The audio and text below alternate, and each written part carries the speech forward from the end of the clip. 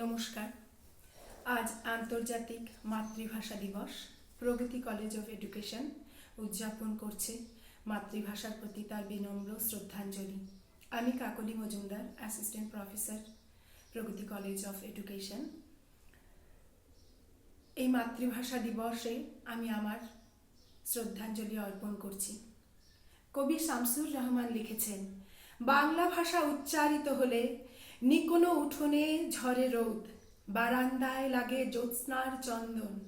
বাংলা ভাষা উচ্চারিত হলে অন্ধ বাউলের একতারা বাজে উদার গৈরিক মাঠে, খোলা পথে উত্তাল নদীর বাঁকে বাঁকে নদীও নর্তকী হয়।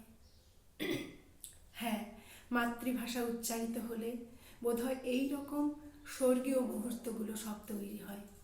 1952 সালে যখন মাতৃভাষা দিবসের যে আজকের যে এই আমরা আয়োজন করছি 21শে ফেব্রুয়ারিতে সমস্ত পৃথিবী একই সঙ্গে পালন করছে, আন্তর্জাতিক মাতৃভাষা দিবস উদযাপন করছে, তার যে ইতিহাস তা দেখলে আমরা বুঝতে পারি যে পৃথিবীর সমস্ত আন্দোলনের মধ্যেই সেই ছাত্র সমাজই ছিল সেই ভাষা আন্দোলনেরও প্রথম ভাগে। এবং সেই 5 জন বীর শহীদ আবুল জব্বার, আবুল বরকত, আব্দুল সালাম, রফিকুল আহমেদ, এরা নিজেদের প্রাণ বিসর্জন দিয়েছিল সেই আন্দোলনে। ভাষার ভিত্তিতে রাষ্ট্র গঠন পৃথিবীর ইতিহাসে বোধহয় প্রথম। বাংলাদেশ, তার ইতিহাস আমরা ভালোই জানি। 1947-এ দ্বিখণ্ডিত হলো ধর্মের ভিত্তিতে এবং অবশেষে 1952 আন্দোলনের পরিপ্রেক্ষিতে 1971 এসে বাংলাদেশ তার স্বাধীনতা অর্জন করলো অনেক রক্তক্ষয়ী সংগ্রামের মধ্য দিয়ে। তো আজকের এই একটি বিশেষ দিনে আমি আমার বিনম্র শ্রদ্ধাঞ্জলি জ্ঞাপন করছি সেই অমর ভাষা শহীদদের স্মরণে। সেই অমর গীতি লিখেছেন আব্দুল গফফর চৌধুরী, সুর শহীদ আলতাফ মাহমুদের।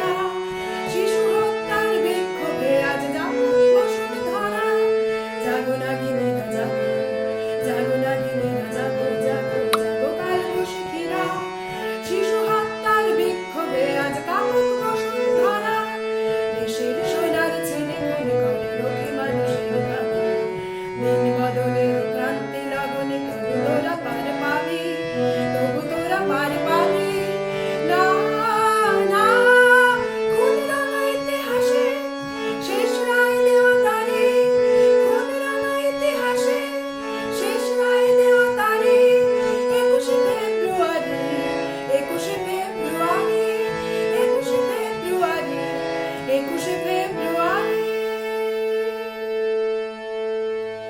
সেদিনও এমনই নীল গগনে বসনে শীতের শেষে রাত জাগা চাঁদ উঠেছিল ভুল হেসে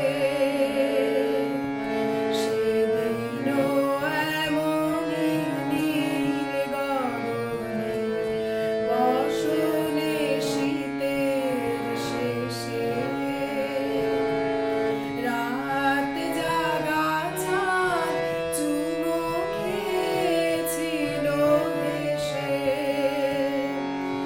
পথে পথে ফোটে রজনীগন্ধা অলকানন্দা যেন